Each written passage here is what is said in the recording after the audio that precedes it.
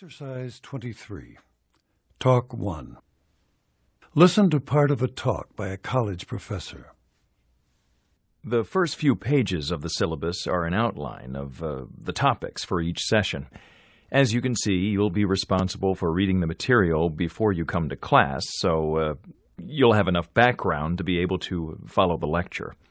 For example, on September 3rd, when you come to class, you should already have read the first 2 chapters in the text, so we can discuss the history of psychology in that session. The following week, you should have a grasp of chapters 3 and 4, so we can cover biology and the psychology of the brain, and so on. Now, let's take a few minutes to look at the policies and procedures listed on page 3 of the course syllabus. Refer to the section under Assignments first, please. You'll notice that all assignments must be typewritten and submitted on the due date in order for you to receive full credit, and the grade for a late assignment will be lowered by 1 letter for each day past the due date. Now look at the section under Examinations. As you see, all exams must be completed on the dates and times scheduled in the syllabus. If you must be absent, for an exam, then try to call me to let me know what your problem is. My office phone is on the syllabus, and my home phone is listed in the telephone directory. Of course, email is best, and you have my email address on page 1. It's right under my name on the syllabus. A make-up exam must be arranged within 1 week of the scheduled date of the exam. And I must warn you, the questions on the make-up will not be the same as the questions on the regular exam. In fact, I usually give multiple choice tests, but I always give short answer tests for make-ups. And my students tell me they say the make-ups are quite a bit more difficult than the regularly scheduled exams. Oh yes, let's take a minute to clarify my attendance policy. I suggest that you come to class. I'll be assigning you a seat. Yes, I know you'd rather choose your own seat, but this is a large class, and it would take up too much time to call the roll every session. So I'll just mark those people absent who aren't present in their seats by the time the class begins. Better late than never, but if you're late, you'd better check in with me after class so I can change my attendance records. Remember that attendance is 15% of the grade, which usually makes the difference between an A and a B or a B and a C. Let's not even talk about D's and F's. One more thing. If you need to request an incomplete, please remember that I only approve them for illness or for a serious personal problem, not just because you ran out of time. And you must submit a request form with a signed statement of explanation to my office in order for your incomplete to be considered. Otherwise, you'll have to register and take the entire course over again to get credit. Number 1. What is the main purpose of this talk?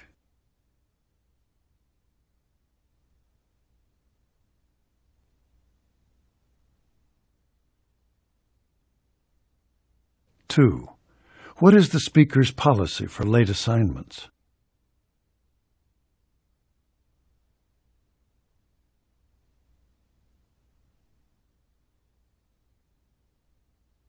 Three. What is the professor's attendance policy?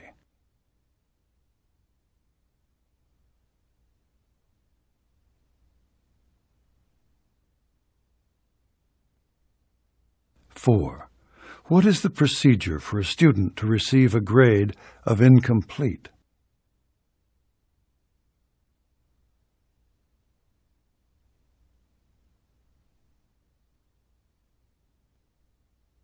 Five. Listen again to part of the talk, then answer the question. Better late than never, but if you're late, you'd better check in with me after class so I can change my attendance records. Remember that attendance is 15% of the grade, which usually makes the difference between an A and a B or a B and a C. Why does the professor say this? Remember that attendance is 15% of the grade,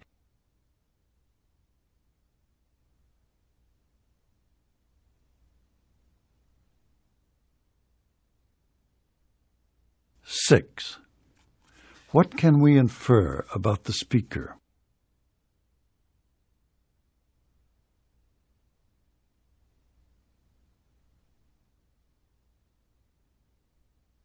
Talk 2. Listen to part of a class clarification by a professor. I've been getting quite a few emails with questions about grading for the group project, so let me clarify that before we start class today. Each group has 5 members in it, except one group that has 6. The group project includes a presentation and a written report, but I'll be giving you 3 grades and averaging them for a final grade on the project. First, I'll be grading the written report as a whole, and every member of the group will receive the same grade on the written report. So it'll be to your benefit to divide the work and produce the best report you can. How do you divide the work? Well, in the past, some of my students have actually divided the report into sections, and each group member has written one of the sections. That's certainly a possibility, especially for groups who may have a problem finding mutual meeting times. But some of the other groups have assigned tasks to the group members. For example, 2 members might do the research, 2 members might write the report, and another member might provide editing and formatting of the final draft. In my experience, it's been difficult for a group of 5 or 6 people to do the actual writing line by line, but I have had a few groups do it that way. So you can see that you have a lot of flexibility in how to prepare the report. However, remember that everyone will receive the same grade for it. That brings us to the second grade, which is a group grade for the presentation. Again, I suggest that you share the labor here. If you have a group member who's artistic, you could capitalize on that talent, maybe by having posters, overheads, or visuals as part of the presentation. If you have an excellent speaker, someone who likes presenting, that person might be responsible for the majority of the oral presentation. Another person who writes well but prefers not to speak could prepare the handout if you choose to provide one. I think you see what I mean. The best way to get a high grade is to play to the strength of every group member.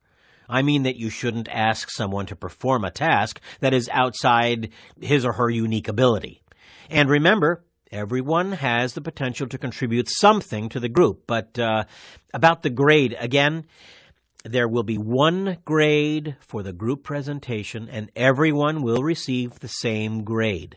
The major problem for previous groups, and I'll alert you to it right now, is preparing too much material for the time frame. Remember, you have 30 minutes, and that might seem like a lot of time, but many groups haven't been able to complete their presentations, and of course, they have had points deducted because of it.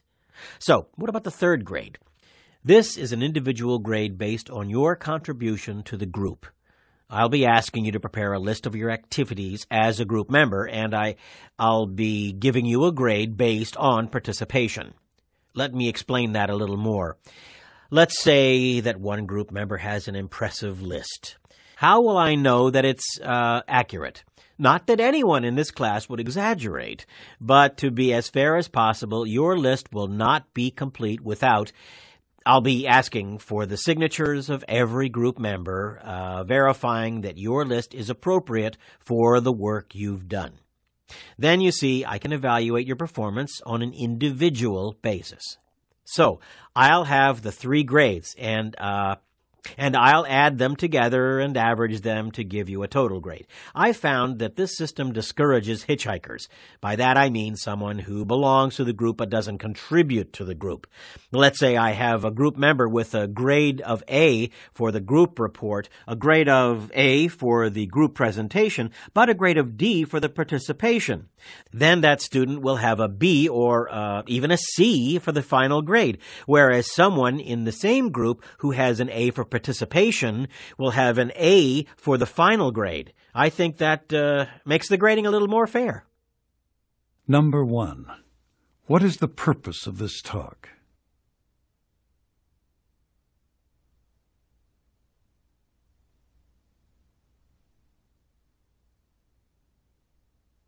Two, how will the written report be graded?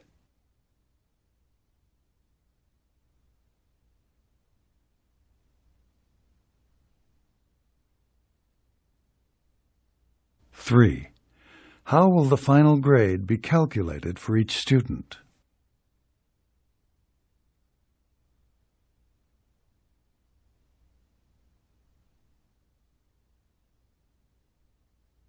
Four, how will the professor know what each individual has contributed?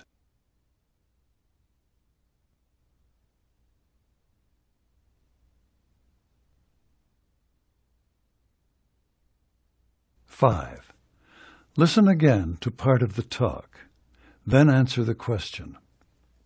How do you divide the work? Well, in the past, some of my students have actually divided the report into sections, and each group member has written one of the sections. Why does the professor ask this? How do you divide the work?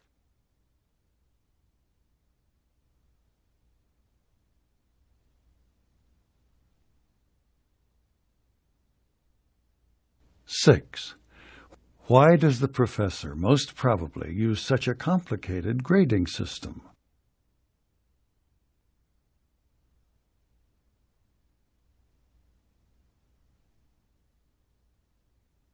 Exercise 24, Talk 1. Listen to part of a lecture in a history class. The professor will discuss gold coins.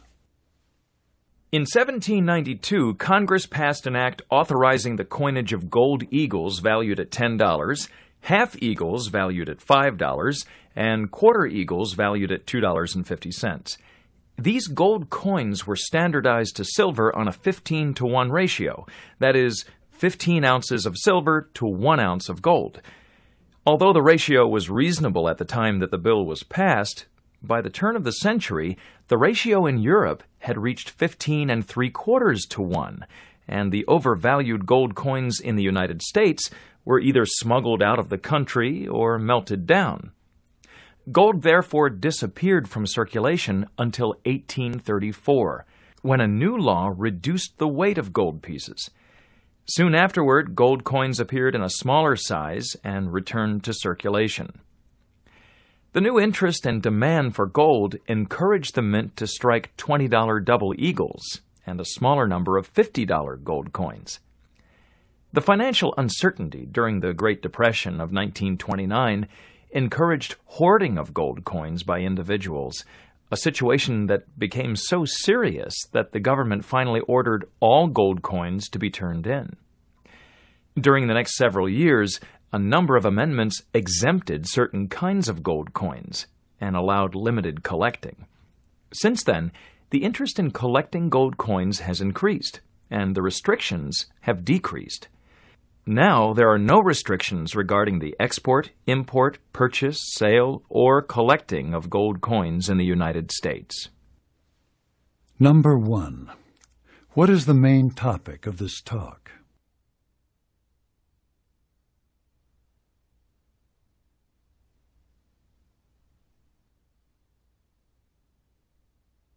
Two, what was the value of the original gold eagle?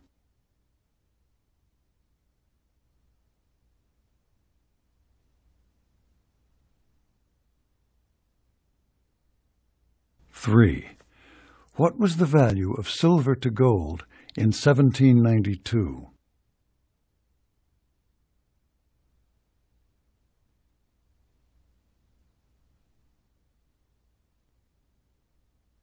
Four, what happened after the law of 1834?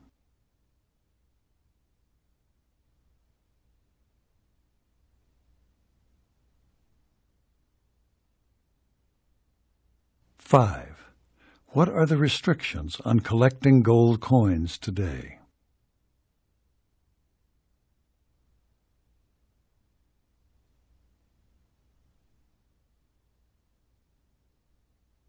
Talk 2. Listen to part of a lecture in a music appreciation class. The professor is discussing the work of Stephen Foster. Stephen Foster was one of the most prolific songwriters of his time, contributing more than 200 songs during his 20-year career. His first attempt when he was 14 was a forgettable composition called the Tioga Waltz, a melody for 3 flutes which debuted at a school exhibition. His first published piece appeared only 3 years later in 1844. It was called Open Thy Lattice, Love, and it was rather typical of the sentimental tunes of the time. Still, it was a good effort for a 17-year-old composer. But it was minstrel music for which Foster will always be remembered. The songs of Southern black slaves in the pre-Civil War days evoked nostalgic themes, like the plantation era that was already fated to pass into history. His first successful piece, O Susanna, became popular throughout the world and is still widely sung. Campton Races followed with similar success. The most successful song written by an American to that date was Stephen Foster's Old Folks at Home, which appeared in 1851. Some of you may recall it as Way Down Upon the Swanee River, since it was also referred to by that title as well. In any case, an item in the musical world of New York stressed the unprecedented sales. At a time when half of all the sheet music published was a total failure and a sale of 5,000 copies was considered highly successful, Old Folks at Home sold nearly 100,000 copies.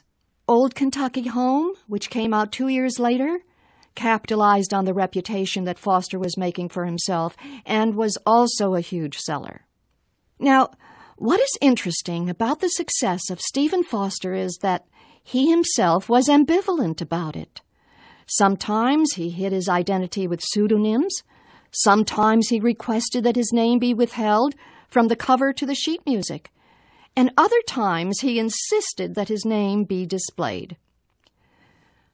Out of the context of the times, none of this seems to make sense. But when we contrast the musical world of high society with that of the common people, it becomes clear. Stephen Foster's success came from writing plantation songs for popular entertainment. The music was easy to remember, very repetitious, and available to everyone in the popular music halls. But the music that was considered serious and appropriate for society events was quite different. Foster proved that he could write such music, and perhaps had some secret desire to succeed on those terms, but that type of music didn't enjoy the widespread popularity of the plantation melodies that we still recognize today. Most school children have heard Jeannie with the Light Brown Hair and Beautiful Dreamer, but none would recognize the saccharine ballads and hymns that were considered by a genteel few his better music. Number 1. What kind of music is associated with Stephen Foster?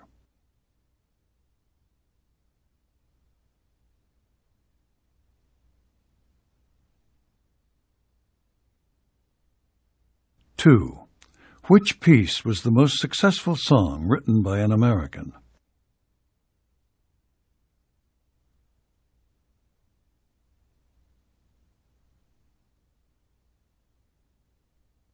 Three. Why did Stephen Foster withhold his name from the cover to some of his sheet music?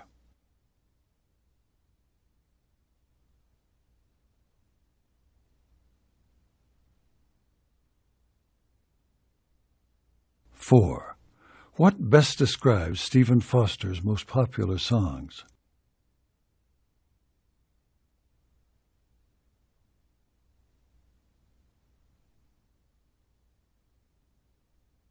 Five.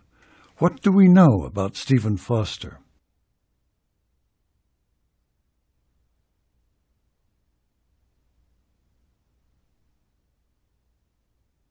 Exercise 25. Talk 1. Listen to part of a lecture in a psychology class. The professor will discuss heredity and environment. Good morning. I trust that you have all read the assignment and that we can proceed with today's lecture.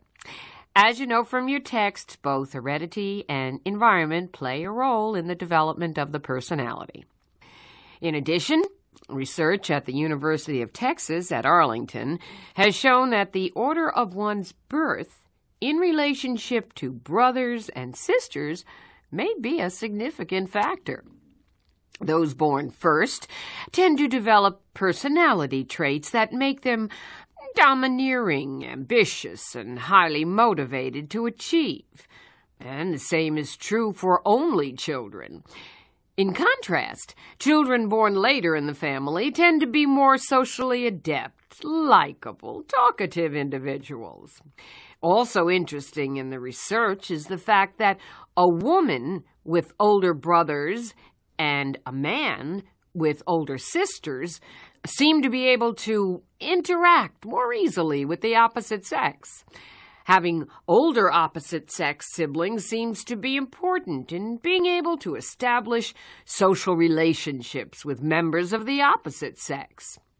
There is also some evidence that the youngest child may develop a very charming personality in order to be included in the activities of the older group. Of course, if the other children are no longer living at home, the youngest child is more likely to develop the characteristics of an only child. Number 1. What is the main subject of this lecture?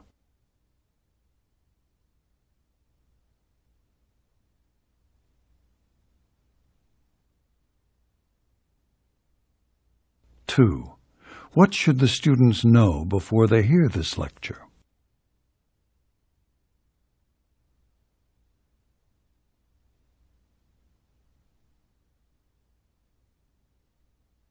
3. Which one of the people would probably be the most comfortable interacting with a member of the opposite sex?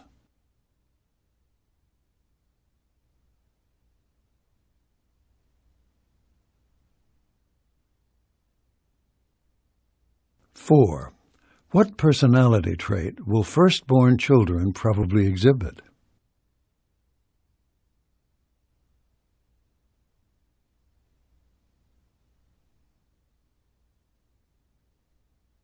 5.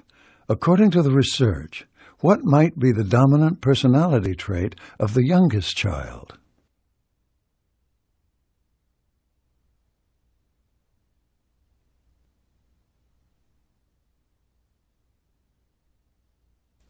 2. Listen to part of a lecture in an English literature class. The professor will be talking about American writers in the early 19th century. Today we will discuss the Knickerbocker School, which was a rather informal group of writers who met in New York City during the early 1800s. The name Knickerbocker, let me write that down for you, was a tribute to Diedrich Knickerbocker, a character created by one of their members, the writer Washington Irving. At any one time, about 20 writers belonged to the group, including the 3 most important figures in early American literature, William Cullen Bryant, the editor of the New York Evening Post, Washington Irving, a well-known poet and storyteller, and novelist James Fenimore Cooper. Although Irving gained recognition in Europe as America's first legitimate man of letters, and his stories Rip Van Winkle and The Legend of Sleepy Hollow were widely published as serials, it was James Fenimore Cooper who achieved success with subjects and settings that were typically American. Cooper created the frontier novel, with a hero who embodied the American frontier spirit. In the Leatherstocking Tales, 5 novels about frontier life, the affable old scout Natty Bumppo evolves into a philosopher and even, some say, an epic hero. Bumppo is a frontiersman who knows how to live close to nature and possesses all the skills necessary for a rugged pioneer existence. But he is also an observer of life. He sees that the settlers are a civilizing influence. He respects the social order that they create. But he also sees the thoughtless and sometimes selfish abuse of the natural environment. The best of all the Leatherstocking tales has to be The Last of the Mohicans, which I believe at least some of you have seen on video. You may recall that the story recounts the conflict between the French and the English during the early years of independence, with Indians fighting on both sides. I personally feel that this represents some of Cooper's best writing, especially in those passages that recount the death of the Mohican chief's son in a noble attempt to avenge the murder of his love. Of course, there were others who had membership in the Knickerbocker School, but if you are familiar with the three major writers that we have discussed today, you'll have a feel for early American literature. Number 1. What is the main focus of this talk?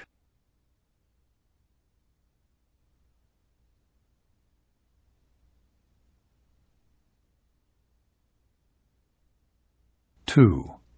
What are the Leatherstocking tales?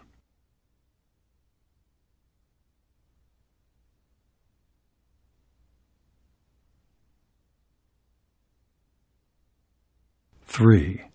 What kind of character is Natty Bumppo?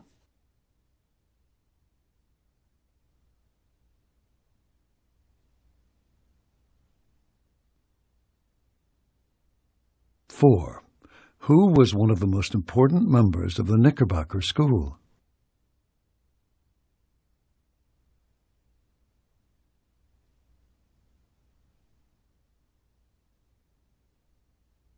Five. Which of the following best describes James Fenimore Cooper?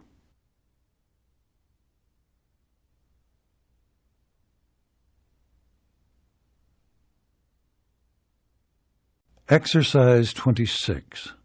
Talk 1. Listen to part of a lecture in a biology class. The concept of a half-life is mentioned in your textbook, but I'm going to take a few minutes to discuss it with you. The method is called radiometric dating. Okay, physicists use the term half-life to describe the average time it takes for half of the group of radioactive isotopes to undergo decay. Toefl and Hazen have an excellent analogy. It's in the chapter assigned for next week. Okay, they compare the group of isotopes to a batch of microwave popcorn. If you watch one kernel in the batch, it'll pop at a specific time. But all the kernels don't pop at the same time. And although you can't predict the exact time that the one kernel will pop, you do know for how many minutes to set the microwave, because you can predict the amount of time necessary for the batch. Okay, to get back to the radioactive nuclei, some nuclei will decay immediately, while others will take much longer. The important thing is that the percentage of nuclei that decay in each second remains more or less constant. Okay, let's go back to that definition. Remember, a half-life is the average time that it takes for half of the group to undergo decay. So let's just use 100 nuclei as an example. And if it takes 30 minutes for 50 of them to undergo radioactive decay, then the half-life of that nucleus is 30 minutes. And if we continue observing for another 30 minutes, you'll have half of the 50, or 25, that have decayed, leaving you 25. Okay, and at the end of 30 more minutes, you'll have 12 or 13, and so on and so on. But this is why the popcorn example that Toefl and Hazen came up with is so useful. If a nucleus has a half-life of 30 minutes, all the nuclei won't wait half an hour before they all begin to decay. They don't all decay at the same moment. Each one will decay at a different moment, like the popcorn. A half-life of 30 minutes means that on the average, an individual nucleus will take 30 minutes to decay. Okay, this is the interesting part. Since the half-life is relatively easy to measure, it's a very useful tool in determining the age of both natural and man-made materials. The method is called radiometric dating, or since the isotope carbon-14 is the most commonly used nucleus, you may hear the term carbon-14 dating. But that isn't really accurate since many different isotopes can be used in the process, not just carbon-14. Anyway, let's turn our attention to carbon to see why the dating system is so effective and why carbon-14 is such a good choice for dating fossils. Every living organism uses carbon. Right now, you're using carbon from the food you ate earlier, and through a series of complex processes, you're turning it into living tissue. Plants take in carbon dioxide from the air, so I think you can agree that carbon is essential to all living things. Okay, most of the carbon is carbon-12, probably close to 99%, and the other 1% is almost all carbon-13. But there's a minuscule amount of carbon-14. That's the important one for the purposes of dating, because carbon-14 has a half-life of approximately 5,700 years. Now remember that all living things are taking in carbon all the time, including carbon-14. But at the point of death, the carbon begins to decay. In radiometric dating, we can determine the age of wood or bone or other materials that have once been alive by measuring the carbon-14 that remains in comparison with the amount that we know must have been present when it was a living plant or animal. And that's pretty exciting. But of course, carbon-14 can go back in time only about 50,000 years until the amount of carbon is so small that it's no longer a useful measure to date geological formations like rocks and minerals.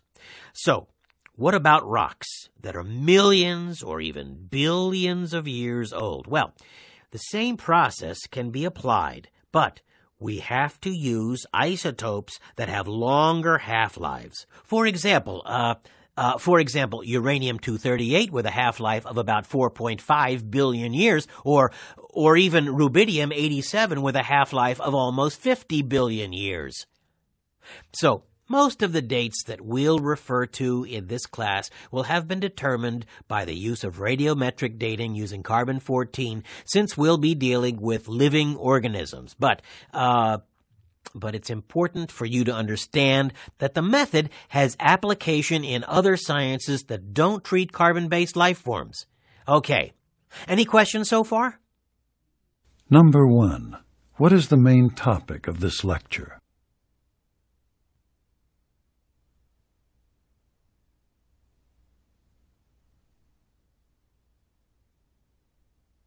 2.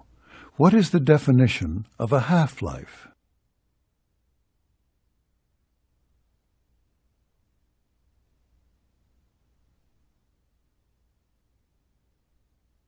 3. Why does the professor mention popcorn?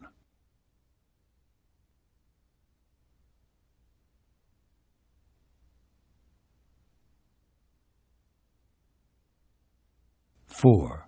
What do we know about carbon-14?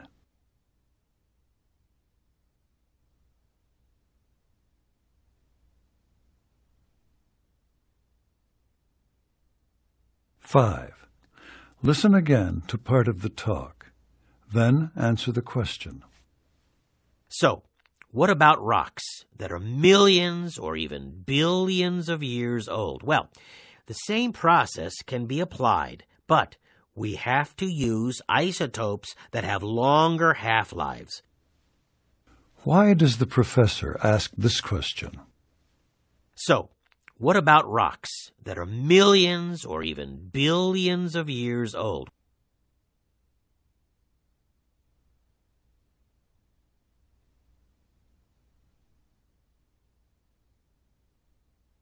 Six. Which of the following would not be dated using carbon-14?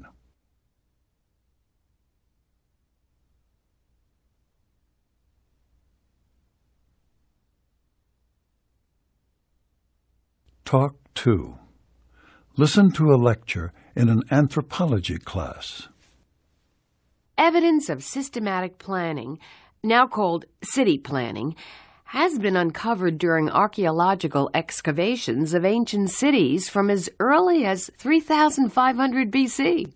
It isn't surprising, is it, that the locations of these cities have revealed certain basic requirements for life in ancient times, including not only the necessities of water and arable land, but also the requirement of a strategic fortification against invaders. By about 3000 BC, cities along the Indus Valley had regular patterns of streets. Houses with shared walls were built around courtyards, with differences in the height of the house and the width of the street as outward indications of social rank among inhabitants. At about the same time in Pompeii, a central marketplace was already in evidence, with a regular pattern of streets and sidewalks extending out from the commercial area. Less than 1,000 years later, Egyptian cities were being built with parallel streets. In contrast with the Greek cities on the mainland, colonial cities incorporated a gridiron pattern for streets, and by that I mean a pattern of square blocks. Rome itself was somewhat haphazard at the time, but again, Roman colonies and military camps were being built in gridiron patterns throughout what is now Europe. In China and Japan, a central commercial area was in evidence in cities from this time period. The marketplace, in fact, was the most universal feature of cities throughout the ancient world. Now I'm going to skip ahead to the Middle Ages, which was the second interesting historic period in city planning. About the 10th century, heavily fortified garrisons were replaced by towns of a few thousand inhabitants. The towns were only about 1 square mile in size, and many were located in strategic areas near rivers or along the sea coast, where larger cities would later flourish. But in spite of the earlier examples of organized grid patterns from the Roman Empire, the streets in these small towns, the streets were narrow and winding, often projecting out in an arbitrary way from a public square that was often built around a church or a mosque. Gated walls usually surrounded the city, and a custom house for the collection of tolls was almost always constructed on a conspicuous site. Let me see. That brings us to the Renaissance. The Renaissance began near the end of the Middle Ages and continued into the 1600s. It was a period in city planning in which huge plazas were erected to overcome the overcrowding of the earlier towns in order to accommodate burgeoning populations and new modes of transportation. Cities were planned with wide boulevards, spacious parks, and symmetrical, ordered streets. It is in this period that we start to see intricate patterns of circles with diagonals radiating out like the spokes in a wheel. And this was popular, especially in Europe. Moving into the 1700s and 1800s, which roughly correspond to the Industrial Revolution, the towns that had been planned for 2,000 inhabitants became very overcrowded as people moved into the urban areas to work in factories. In North America and Europe, the streets that had been designed for pedestrians and horses were much too narrow, and sanitation became a major concern near the factories, where workers were crowding into dirty, noisy neighborhoods. Although governments tried to regulate housing, in many cases proposing the separation of housing from industrial zones, city planning could simply not keep pace with the migration of workers from rural areas to urban centers. City planning in the 19th and 20th centuries has been chiefly a response to the need to improve living conditions in overcrowded urban areas. And by that I mean not only a city, but also, more recently, sprawling suburbs. The mass production of automobiles after World War I made cars a viable means of transportation for a larger segment of the population and open up areas beyond the immediate downtown for residential use. The need for streets to accommodate more and more vehicles has been one of the modern-day challenges. And a movement called the Garden City Plan, which was exported from Britain to the former colonies, the plan called for public land and buildings to serve as a green belt. And this was an attempt to limit the urban sprawl that was characteristic of this period. In Europe, after World War II, the reconstruction of cities devastated by bombing necessitated even more attention to the concept of city planning. Do we still have a few minutes? Let's go to the modern period of city planning. Today there are three types of cities. The decentralized metropolitan city in developed nations with high automobile ownership, like metropolitan areas in the United States, and the centralized and heavily planned metro areas in European nations, Singapore and Japan, where land is limited and the high cost of fuel discourages suburban living, and densely populated cities in nations where automobile ownership is still out of reach for most people, like some areas in Latin America where we see new towns springing up on the fringes of cities almost overnight. I know I went over that rather quickly, but I advise you to refer to the three types of cities in your book. It's an important concept. Number 1. What is this lecture mainly about?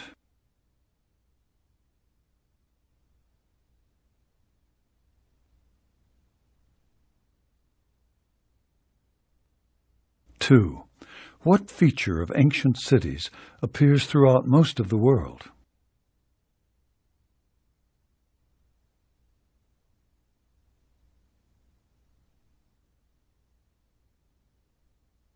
Three. When were symmetrical streets with circular patterns introduced?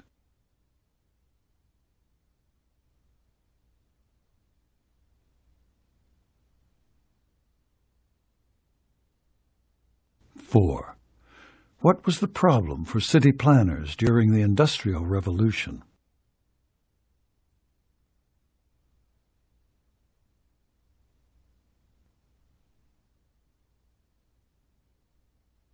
Five. Listen again to part of the talk. Then answer the question. I know I went over that rather quickly, but I advise you to refer to the three types of cities in your book. It's an important concept. Why does the professor say this? I advise you to refer to the three types of cities in your book.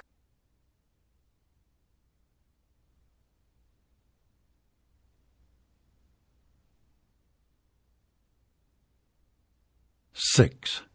Classify each of these cities, matching them with their type.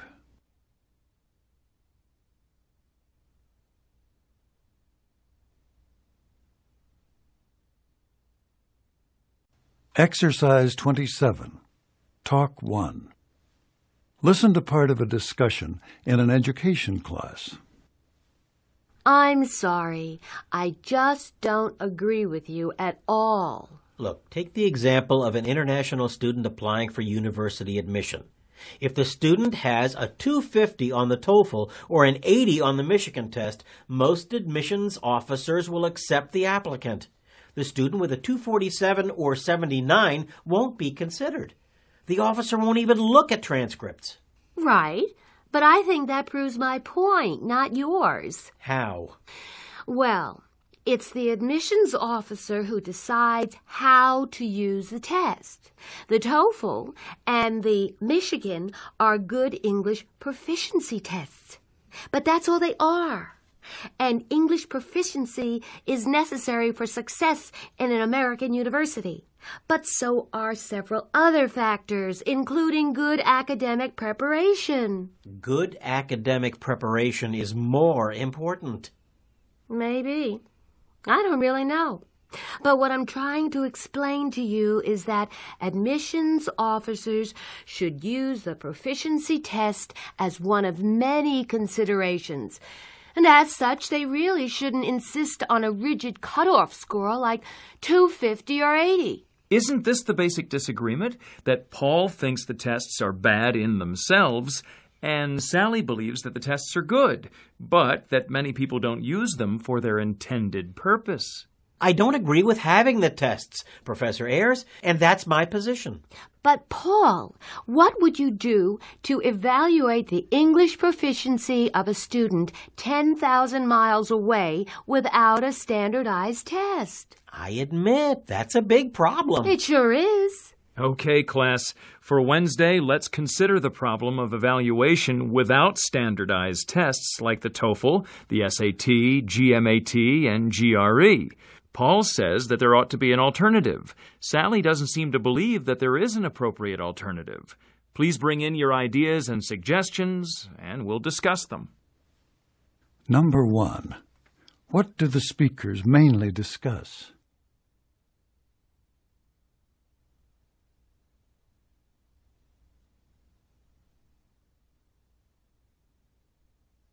Two. What is Paul's opinion about the Toefl and the Michigan test?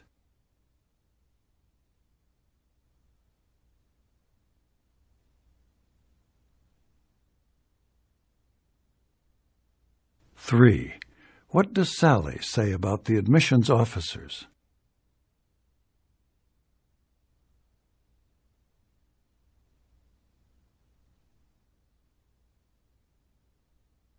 Four.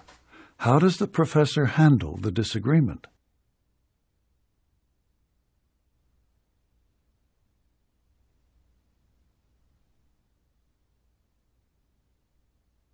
Five. Where did this discussion most probably take place?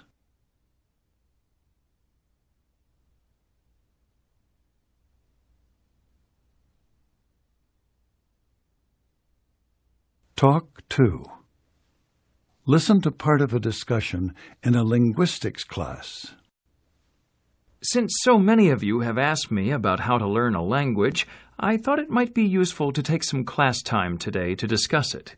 Betty, you speak several languages, don't you? Yes, I speak Spanish and French.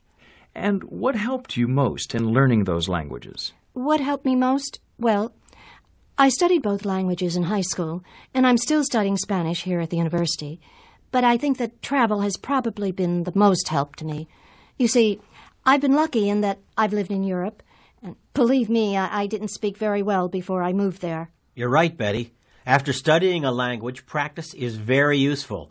When you live in a country where the language is spoken, it's ideal. But you know, sometimes it's difficult to make friends in a new place, even when the people are very friendly. Yes, I know what you mean, especially if you don't speak the language too well. I had some problems when I first moved to Europe. And, of course, some people are shy. That's true. Professor Baker, whether or not I'm living in a country where the language is spoken, I always go to movies, and whenever I can, I watch TV or listen to the radio in the language I'm trying to learn. Me too. And reading is another good way to learn. Books are good, but I think that newspapers and magazines are even better. Probably the best way to learn is to combine all of these ideas. Traveling, talking with people, going to movies, watching TV, listening to the radio, and reading books, newspapers, and magazines. What do you think? I agree with that, Professor Baker. So do I, but I don't believe that it's possible to take advantage of practice opportunities without some knowledge of the language first. Sure. First, it's a good idea to study grammar, vocabulary. And listening, perhaps even reading. Then practice is very, very helpful. Number 1. What do the speakers mainly discuss?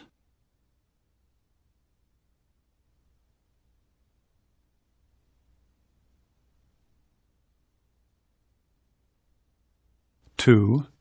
Why does Professor Baker begin the discussion by calling on Betty?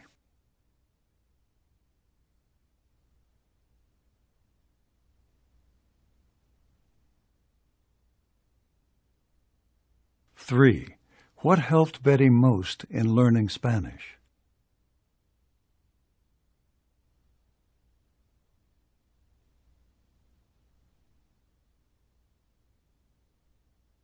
Four. What is Professor Baker's opinion?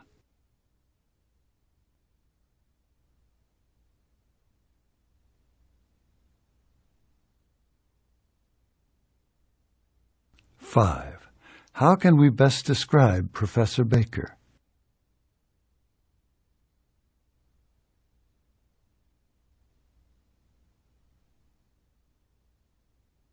Exercise 28, Talk 1.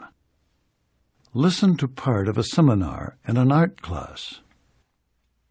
Let me remind you that this is a seminar, so I won't be lecturing. This is a discussion format, and that means that I expect you to respond to the reading assignments.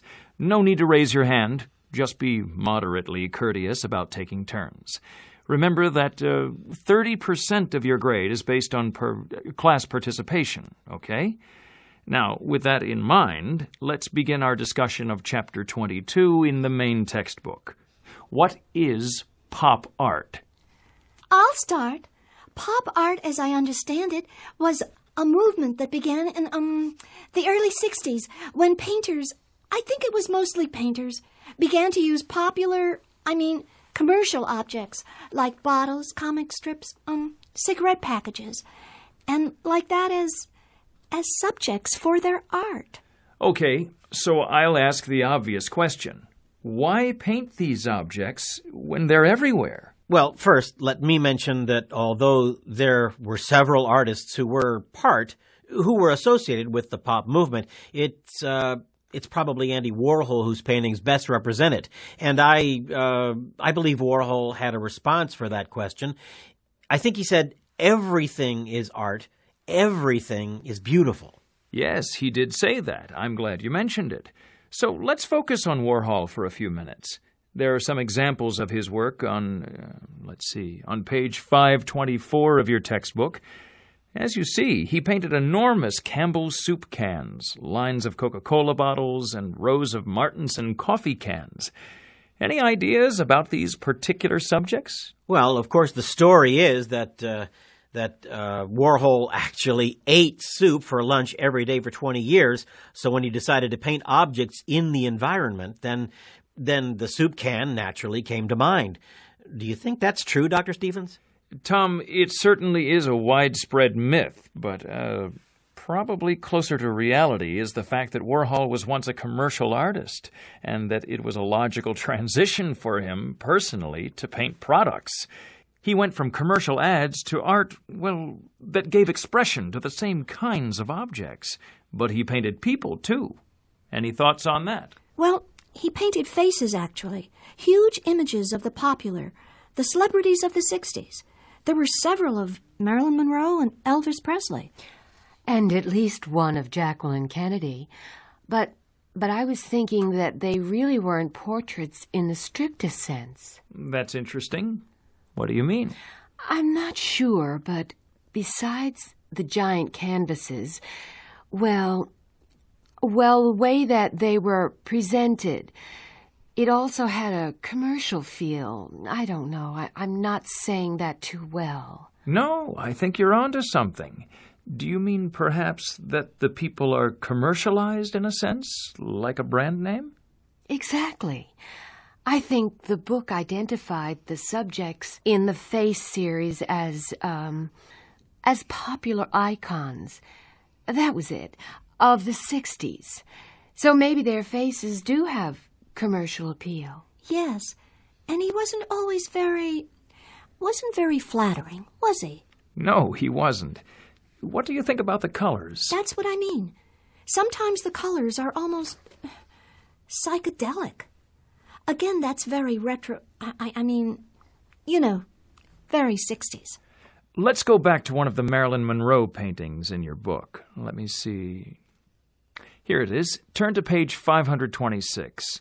You can't see it very well here, but on the original, the paint actually gives the impression of colored ink, and there's often a black stencil over it, which produces a unique effect. See how the orange background contrasts with the yellow hair, and there's a pink and a purple tone on the face? Then there's this green eyeshadow, and to me, it looks like he stenciled the black over the flat surfaces of the face. It's not a lovely portrait, and the critics agreed with you, Julia. Some critics even called it grotesque, but it is absolutely original. Original but dated, don't you think? I mean, years from now, will anyone be eating Campbell's soup or drinking Coca-Cola? Or really, for that matter, will anyone remember Marilyn Monroe? Interesting observation. So, Tom, you're saying that since pop art, since it depends on the popular culture, which by its very nature is transient, you're asking, will the subject matter of the pop art movement doom its artists to temporary recognition? Exactly, which I'm thinking is really different from, well, unlike a painter who chooses to create landscapes, which don't change. Number 1. What is this session mainly about?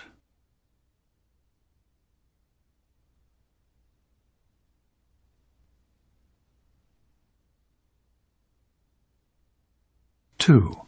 According to the lecturer, why did Warhol paint objects in the environment?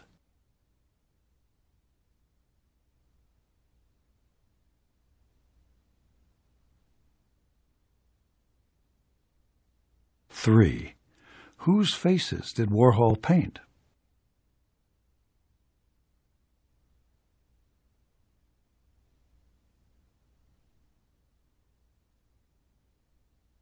Four. What problem does Tom mention?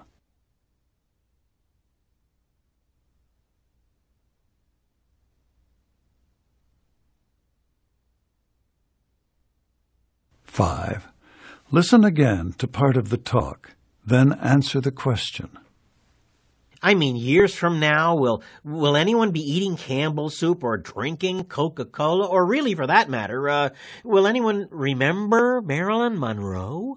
Interesting observation. So, Tom, you're saying that since pop art, since it depends on the popular culture, which by its very nature is transient, you're asking, will the subject matter of the pop art movement doom its artists to temporary recognition? Why does the professor say this? So, Tom, you're saying that since pop art, since it depends on the popular culture, which by its very nature is transient, you're asking, will the subject matter of the pop art movement doom its artists to temporary recognition?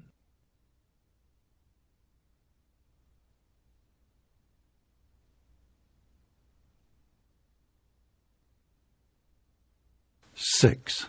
Select a drawing that is done in the Andy Warhol style.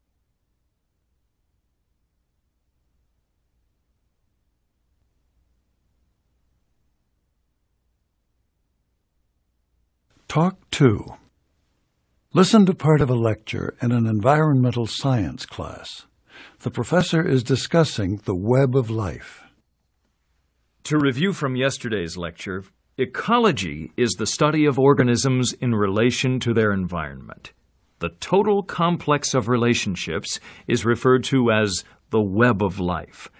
Now, you'll remember that when the relationships don't change much from year to year, when they don't change, we observe a balance of nature. Today we'll discuss what occurs when the balance of nature is disturbed, either by a geological change, such as a change of climate, or a local agitation, such as a fire, like the recent forest fire north of here. Now, after the balance of nature has been disturbed, when it's disturbed, a period of rehabilitation must occur, and the first life to appear has traditionally been called pioneer flora and fauna. But the pioneer life is temporary and soon replaced by other forms of life. In turn, these forms are replaced by others. That is, a series of transitional life forms successively appears, preparing the environment for the forms that will replace them. Excuse me, Dr. Green, would that be what the book refers to as ecological succession? It is. For example, after a forest fire, pioneer plants will appear, and they are usually herbs or ground cover. Now, soon, they'll be replaced by shrubs. Shrubs will be replaced by trees, and so it goes in succession, which is where we get the term ecological succession. Now, Until very recently, it was assumed that plants and animals would form a climax community, and that's a final stage in the ecological succession, and that tended to be stable for a long time. So, in the case of the forest fire, when a permanent climax flora appeared, we would have assumed that the environment had finally stabilized in balance with the fauna, minerals, and water supply. And the theory was interesting because it usually didn't have the same kinds of plants and animals as the community that had been prevalent before the balance of nature was disturbed. Now, what was essential to the concept of a climax was that the balance of nature permitted the community to continue in spite of other organic competition for the area. But the notion of a stable, symbiotically functioning community has been mostly abandoned by scientists. Currently, we believe that natural ecosystems are much too complex to be neatly organized into predictable stages with a final stable community. So what we can expect in the case of the fire is the emergence of patches of former landscapes, and these patches will be at different stages in the same local environment. Question. So the patches are in different stages, and that would be a polyclimax condition? That's exactly right, Mike. Poly means many, so polyclimax refers to adjoining ecosystems at different but mature stages. I believe it's explained as dynamic equilibrium in your text. Thank you. That's very helpful. Janet? Yes, I was wondering what your opinion was of that wildfire. You know, the one near here. In the book, it was mentioned that sometimes that fire is now recognized. How did they say it? Fire is a natural part of an ecosystem, and at least some experts have been quoted in news reports that they feel fire prevention strategies may have contributed to that disaster. So, do you agree with that? I do. That particular ecosystem had an enormous amount of undergrowth, and I think that it may have fueled the fire. Now, in my opinion, if we had purposely burned some of the undergrowth in what we call a cool fire, we would have removed the accumulation of brush that contributed to the destructive hot fire that destroyed more than, I think I read that it was 50,000 acres of wilderness. Yes? Is a cool fire a controlled burn? Yes, it's referred to as a controlled burn. But back to your original question. I have to tell you that everyone wouldn't agree with my opinion. Critics call that policy the let it burn policy. Now, of course, many people have a vested interest in fire suppression. Because so many people have built their homes close to the natural environments, they don't want any fires started in their immediate vicinity. So, like your textbook indicates, it's a very controversial topic. Number 1. What is the main topic of today's lecture?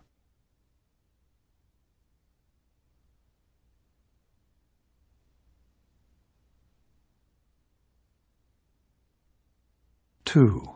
How does the scientific community view the theory of a stable climax community?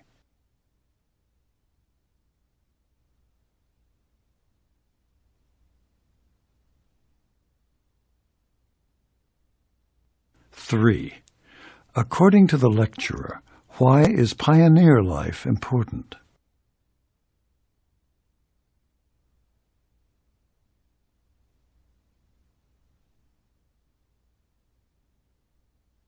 4. What is Dr. Green's opinion of a controlled burn?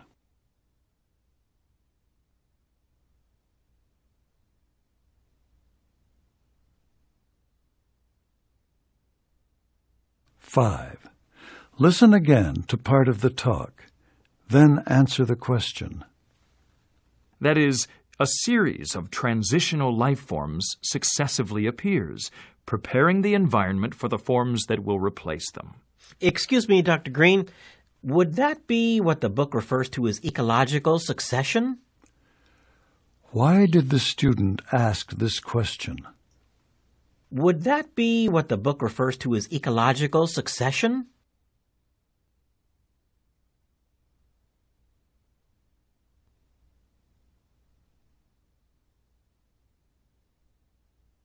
6. The professor describes the process of ecological succession that occurs after the balance of nature has been disturbed. Summarize the process by putting the events in order.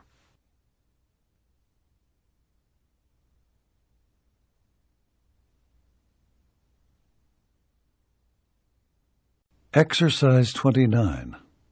Talk 1. Listen to part of a lecture in an art class.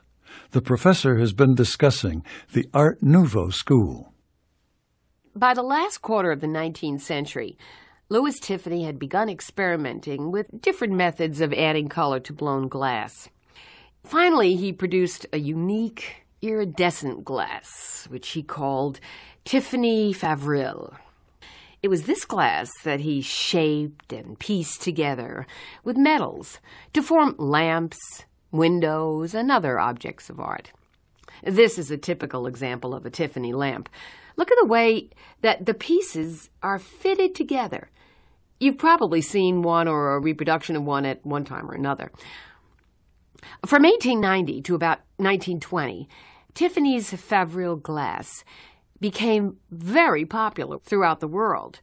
It regained popularity in the 1960s and is still prized by many glass collectors today. In addition, Tiffany created floral jewelry that was considered very stylish at the turn of the century, rebelling against current fashion that dictated the use of precious stones. Tiffany began working with new materials, creating symbolic, dramatic forms. As a member of the Art Nouveau movement, he tried to create new and unusual pieces with delicate designs and curved lines. Although his name is associated with glass and jewelry today, Tiffany was probably best known during his lifetime for the interior designs that he created. It was Tiffany who was commissioned to design the altar in the Cathedral of St. John the Divine in New York City, and to redecorate the reception rooms in the White House during the administration of President Chester Arthur. The spectacular glass curtain at the National Theater in Mexico City was perhaps his crowning achievement. His estate on Long Island was filled with beautiful furnishings and decorations, many of them designed by Tiffany himself. When it was sold, the proceeds were transferred to the Louis Tiffany Foundation for Art Students to provide scholarships for aspiring artists. The jewelry store on Fifth Avenue in Manhattan that his father had founded still bears the name Tiffany's, and it is still considered a highly fashionable shop for wealthy clientele. Number 1. What is the main purpose of this lecture?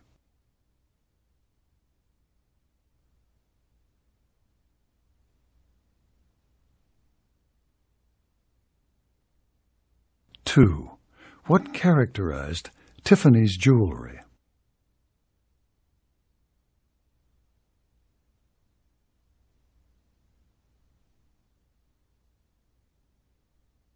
3. How did Tiffany help aspiring artists?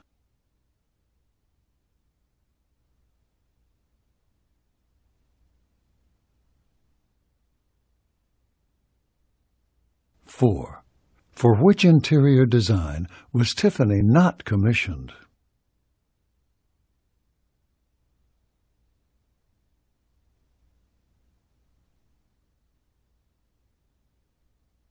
5. Select the example of a Tiffany Favril design.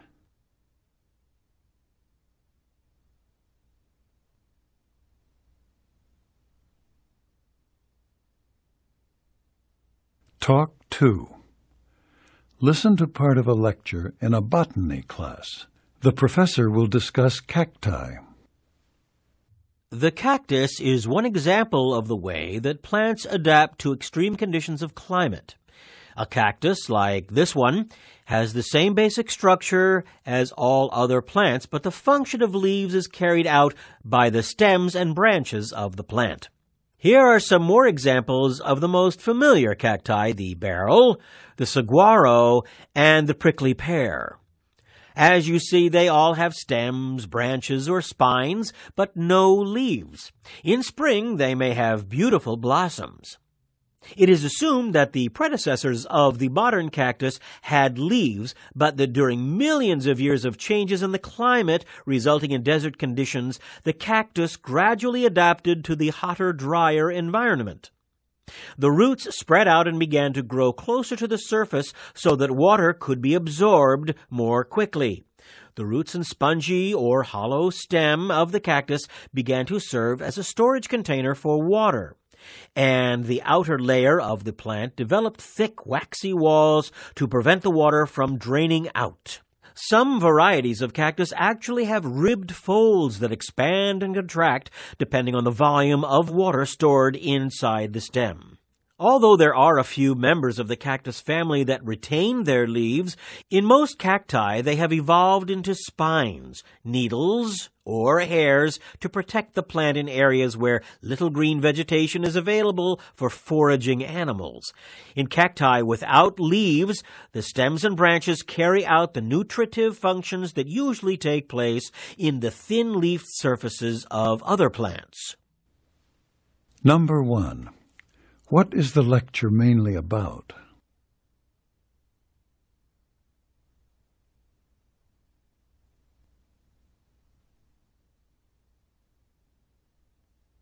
Two. What is assumed about cactus plants millions of years ago?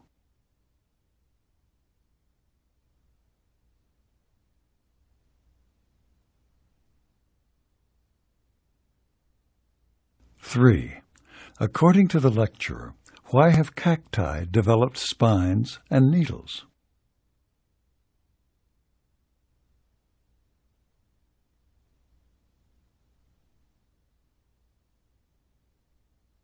Four. Where is the nutritive function of the cactus carried out?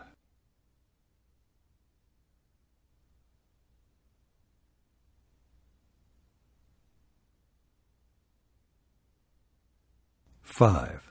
Select the saguaro cactus from among the choices pictured.